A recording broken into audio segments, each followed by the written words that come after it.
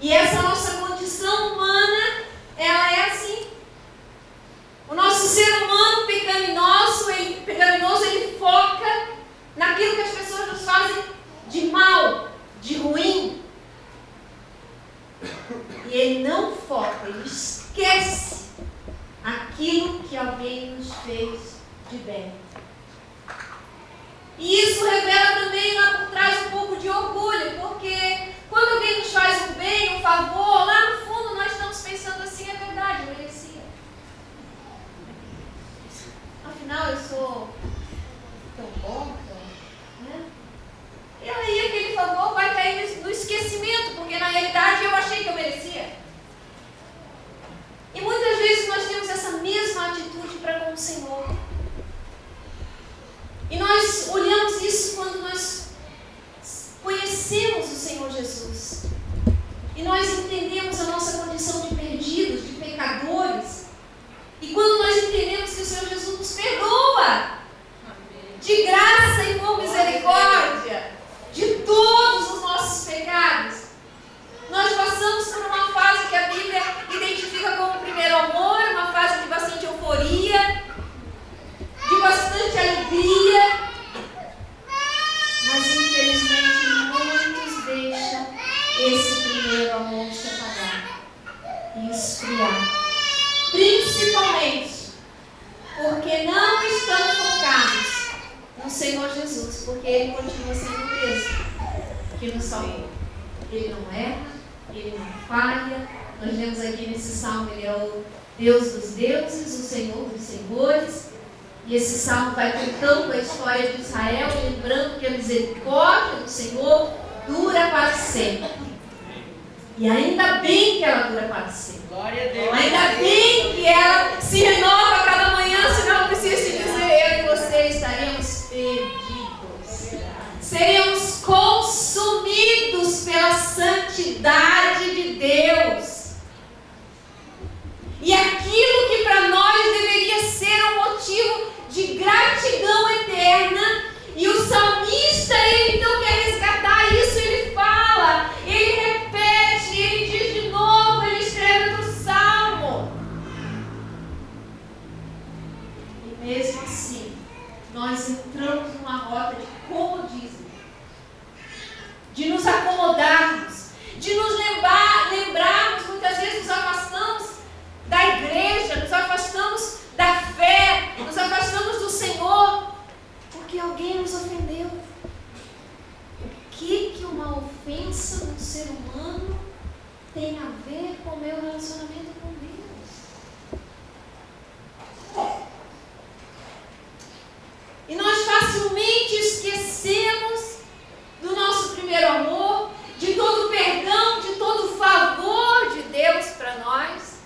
Mesmo que todos os domingos estamos aqui, tentamos lembrar isso, né? Nós aqui, líderes, pastores, tentamos fazer você lembrar disso. Mas vivemos uma atitude, vamos ser sinceros, eu sinto isso, de ingratidão. Colocamos reservas em Deus, colocamos achismos em Deus, colocamos impossibilidades, como o nosso irmão falou aqui. Para Deus tudo é possível. E nós limitamos Deus. Nós colocamos Deus numa caixa.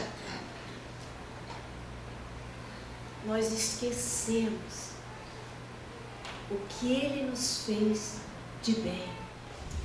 Bendize, ó minha alma, ao Senhor, e tudo que há em mim, bendiga o seu santo nome. Bendize, ó minha alma, ao Senhor, e não te esqueças de nenhum só de seus benefícios. Glória a Deus. Com os benefícios do Senhor, com aquilo que nós identificamos na nossa vida, no nosso dia como benefícios do Senhor, nós precisamos ou deveríamos nos esforçar em reconhecer esses benefícios, em identificá-los no nosso dia a dia. Nós deveríamos anotá-los para a gente não esquecer. Nós já sabemos que a nossa mente, ela nos engana e ela é bom e ela retém o que é ruim.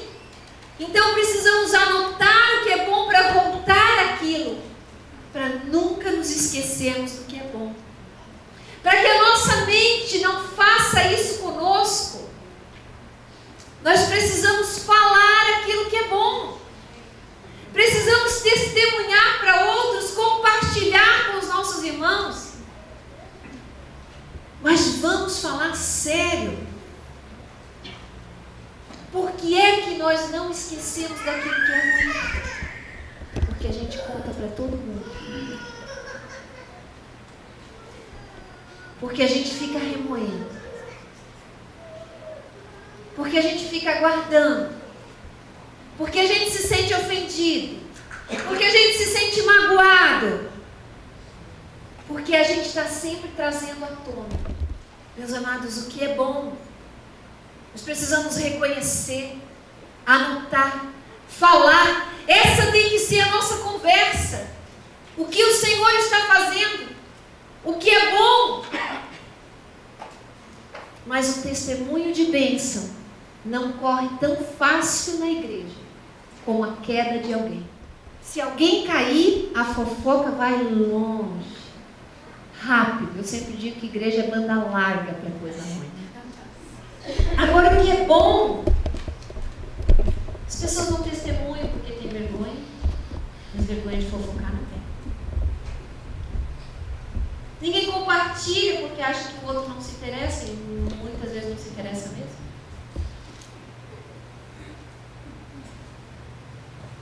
E aí aquilo que é bom, que o salmista diz aqui: não se esqueça de nenhum só dos seus benefícios. Os benefícios do Senhor ficam esquecidos. E os malefícios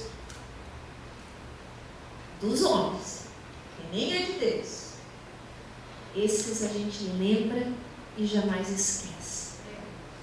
Quando o que é ruim, as nossas ofensas, o que é que nós deveríamos fazer? O Senhor nos deu o caminho. Perdoar. Perdoar.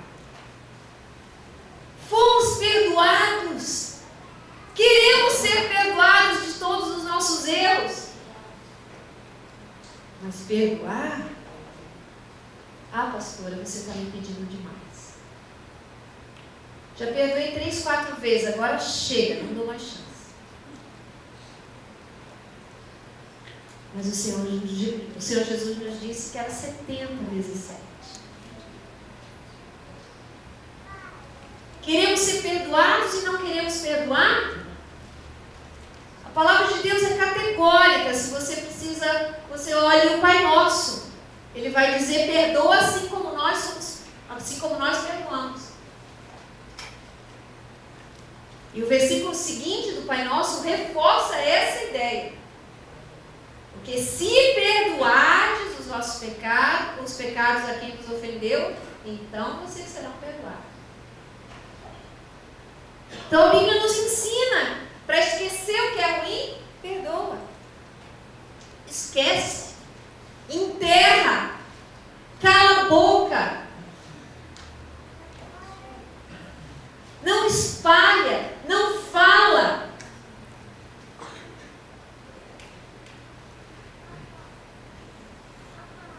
Gratidão.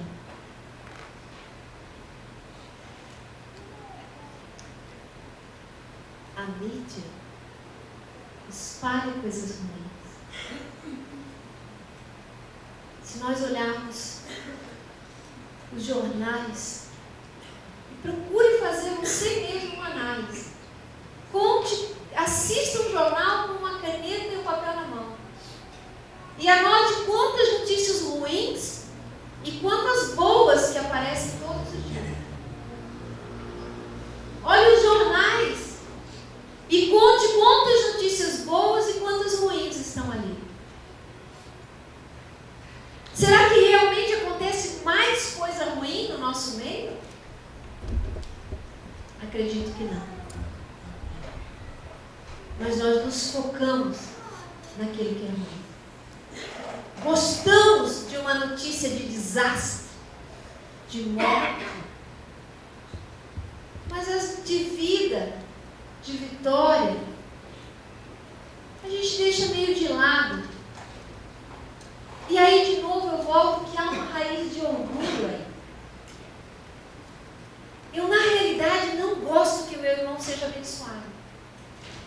Porque quem queria ser abençoado era eu.